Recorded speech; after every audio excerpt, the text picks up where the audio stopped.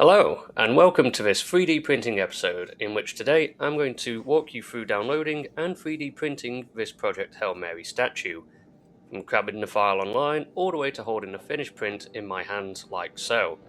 So let's not waste any more time, and let's get started. Alright, so first things first, we need to find the model. Where can we find it? We can find it by heading over to the website which it can be grabbed from. So in this case, it is the Amazon website.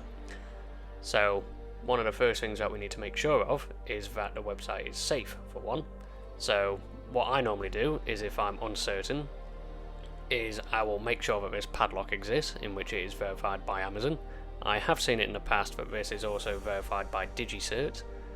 And then we've got the HTTPS at the start. If you do want to find this website yourself, however, you can simply just go into your web browser and type in Project Hail Mary followed by Amazon, because that's who have produced it, and then we'll find a link down here in which we click that, and then we'll get told that there's show times for us, but yep, this is for users in the USA. I have no VPN on or anything like that, but it will still bring us here, and it's verified by Amazon. If you're uncertain of even that, if you don't think the HTTPS for you is enough, or the padlock, you could always just type in, is this website safe? I used to use Norton. One that I've used recently is URL Void. I mean, the website should be safe because it is Amazon.com, but you can always copy it, paste it in, and then we'll see that the domain's been registered for 32 years, and the fact of its ASN is Amazon.com. So, yep, nothing dangerous with this site at all, but like I say, I will leave it in the description if you want the certainty that you will get to exactly where I am also.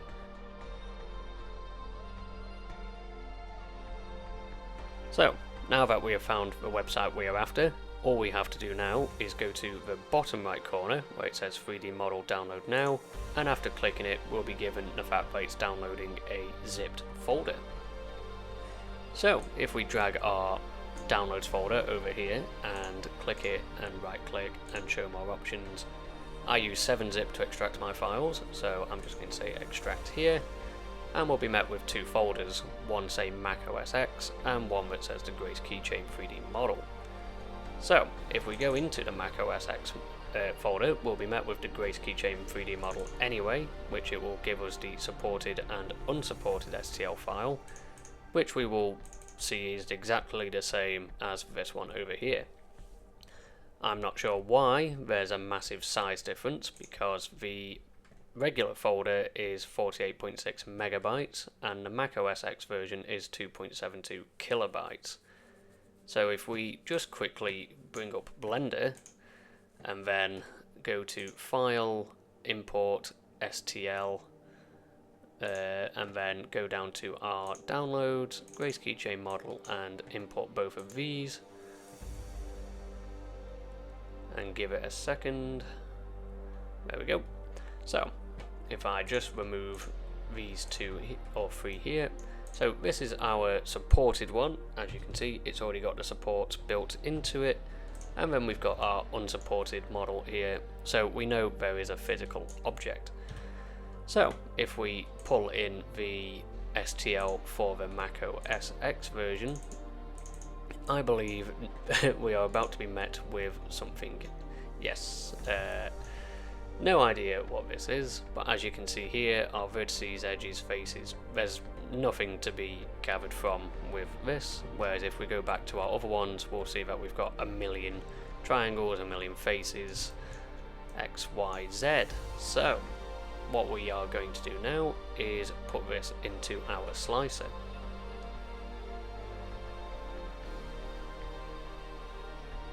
So just before we go into the printing of this model, despite this video showcasing how to download the model, slice it, and then print it yourself, I feel like what we should do is we should give some appreciation to the fact that not only did they give us the model, but we also gave us the instructions that can also come along with it.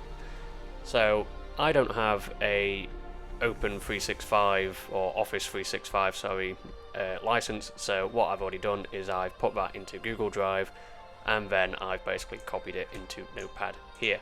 So this is what the instructions say. It gives us what they are and the name of it, and then yes, it comes with the supported and the unsupported version. So as we can see here, the supported is pre-supported and ready to print, which we will find out. I've already recorded the 3D printing and slicer setup, so this is after the fact. But yeah, we end up going with the unsupported version because we print with our own supports. We can print it with resin or filament. As I've mentioned before, I've got a FDM printer. It's a Creality Ender 3 Max Neo. I haven't got my tape measure or ruler on me, but I believe it looks about 2.75 inches tall. So with our file type, we went with the unsupported one. We didn't scale it any bigger or smaller, made it generate supports through the Creality slicer anyway. I didn't make any manual supports. If I'm absolutely honest, I don't know how to make manual ones, so yeah, I just stick with what Creality does. I treat it like it knows best. So yeah, we imported the file. Again, we're using the Creality one, so I don't think I've ever heard of this one. Bamboo I've heard of, and Lychee I believe I've heard of. Just simply dragged and dropped it in. I left it with my original print settings, didn't really change anything, but again, I go over that later in this video. And then when the print was finished, yes, we removed the supports that were made for it. This was something new. I wish I read this before I did the whole printing aspect, but I did not consider to remove supports easier, to place the model in warm water to soften the supports and reduce surface damage. I have no idea if that would have worked, because it looked like with the tree support we come to like a fine tip, whereas the one I tend to use it's almost like a solid block underneath, and then it just has the littlest gap. But yeah, so I might try that in future myself, and then once it's clean, use a standard key ring and place in right hand of the model to complete your keychain. I'm just going to have mine sit on my desk because I quite like that. But yes, pro tips, here we go. So resin prints will capture finer detail. For best results, print at a layer height of that for resin, or 0.1 to 0.2. I print by default at 0.2 with my FDM printer. I'm quite happy with the outcomes that I get, because for me, merely reducing that can increase a print time by 3 hours, and I don't really print big things. It's typically only smaller, like novelty items so far. I might end up printing bigger things, but that's I digress. So yeah, 0.2 worked for me, and always cure resin prints fully after cleaning. I personally don't have to worry about that because I don't have a resin printer. So yes, that was just to shine some light on the instructions that come with it. And like I say, in the future I might actually try this, putting it in warm water to soften the supports. I know that PLA isn't supposed to be put in water because it's not waterproof, but I imagine as a sake of, so long as it's dried properly immediately after removing the supports, it shouldn't matter.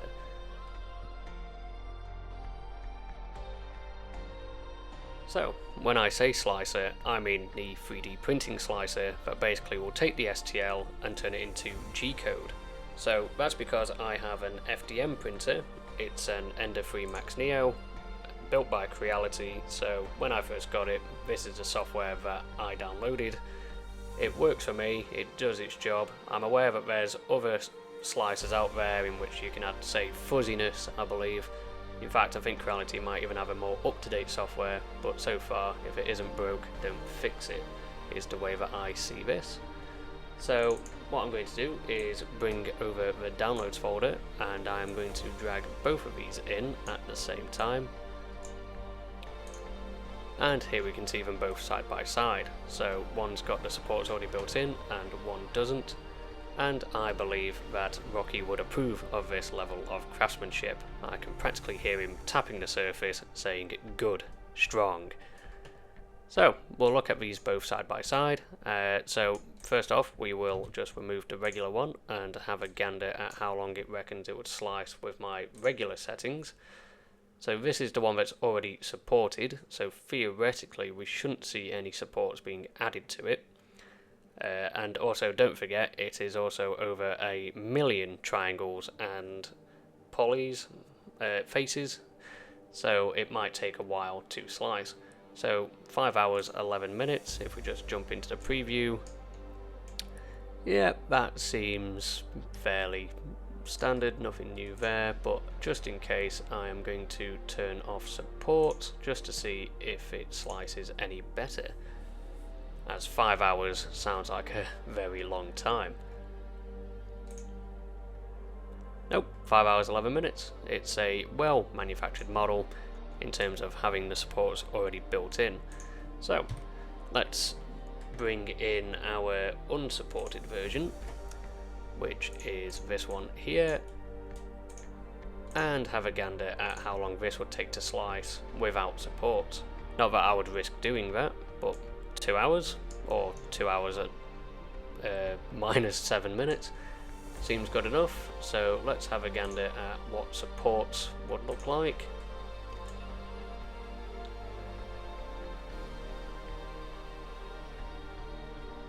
And 2 hours and 42 minutes.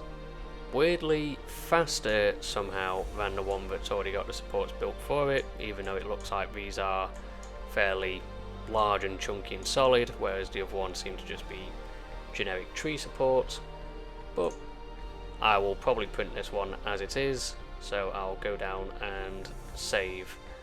I haven't got my SD card at the minute because that is currently in the printer, but I will save it to that. On the off chance that you want to have a gander at what my print settings are, because you'll have already seen the detail that the model looks like from the intro to this video. If we scroll to the top, I've got a standard layer height of 0.2, I've got 3 walls, 3 top layers and 3 bottom layers. I have had models in the past where the 3 top layers to me are more important than the bottom, because if I have low infill basically and it starts bridging gaps, the 3rd layer tends to be what works quite well, especially when it's something that's just for show and to look at, as opposed to something that actually needs to have some structure to it.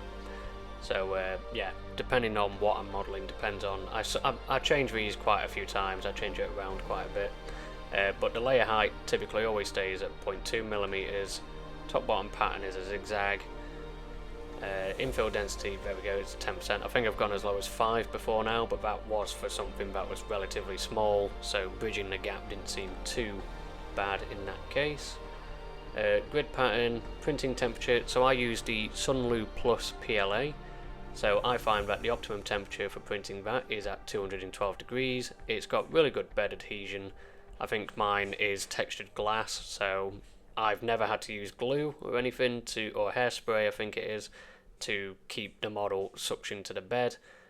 Mine just seems to work, so I take it as it goes. I am hoping I don't jinx myself and then it's going to start not adhering to the bed. Print speed, I sometimes dial these in every now and then depending on what I'm modelling, but so far, yeah, 65mm a second, 70 millisecond infill speed. The travel speed is approximately 90. I believe these can go higher, but I have had some glass-like finishes to some of my models, so I'm not going to complain at what I've got, just for it to speed up by, say, 5 minutes. I've done that before. I've increased this to, say, 75, 80, and you'd think, wow, that's going to take like half an hour off maybe, especially if it's a model that's printing for 5 hours, but no, it's just a mere matter of, say, 5 minutes and you get less quality somehow. Anyway, so yeah, enable retraction. Cooling is always at 100%. I don't even know if it needs to be, but it works for me again. So supports again, I have had it before now where I do wonder if supports even work, because I've tried to have it where it goes off from everywhere, or not just a build plate, and sometimes it will just refuse to generate a support, but if I tell it to touch the build plate it will generate it. So Again, it works. I don't need to know why it refuses to do it if I say to touch from anywhere, but that is how it works. It skirts around the build plate, and I never normally do any of this. I think I'd used it once where I had spiralized outer contour. Worked well. I mean, it was very brittle, so I didn't put too much pressure on anything, but yeah, just as a show, it was basically a vase in a sense, so it did work quite well. But yeah, these are my print settings. You can either use, I mean, don't get me wrong, I know all 3D printers are different. I think my leveling is minus 1.96 because that's what I've got. You could have minus 1 or anything like that. But yes, this is my print settings, and I'm going to send this off to the printer now.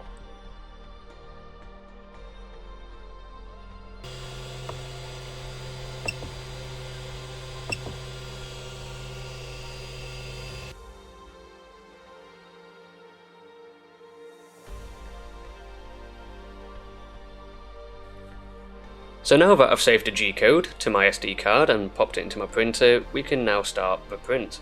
Thankfully, this one runs on plain old electricity, not astrophage. My printer doesn't need a star-eating microbe to get the job done. The skirting looked like it got applied pretty cleanly, so the first layer is looking pretty perfect. I'm actually looking forward to how this is going to come out.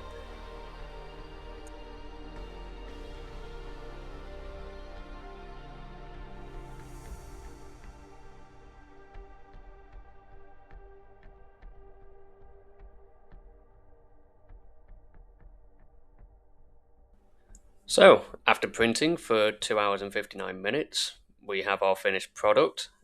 I mean, it looks pretty clean, and I'm sure if Rocky were here right now, he'd be giving me the Iridian style fist my bump. So now that the print's finished, it's cooled, the bed is also cooled, which means that the print can cleanly come off the build plate as opposed to possibly snapping where we don't want it to. We can really appreciate the detail that's gone into this model. It looks clean, I'm quite proud with the way that it's come out, and now let's enjoy me trying to pull the supports off that Creality put in by default.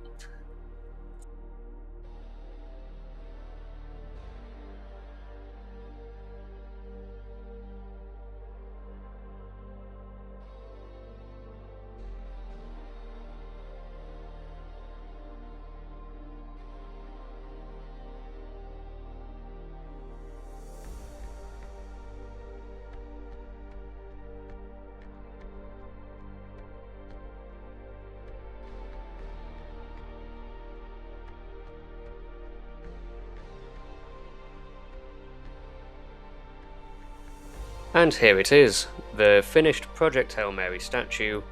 I'm really happy with how this has turned out. I just really like the craftsmanship that looks like it's gone into it, all the details that have been kept, and I just really appreciate the fact that Amazon have made it readily available for people like me who can download the model and 3D print it. I'm quite a fan of the film. I've already seen it once, considering seeing it again.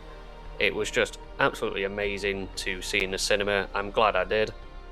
Not that it's out on a DVD or stream yet.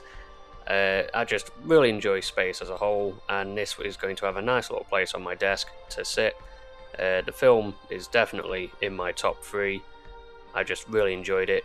I never thought I'd get attached to Rocky as much as I did. I'm sure quite a lot of people say the same.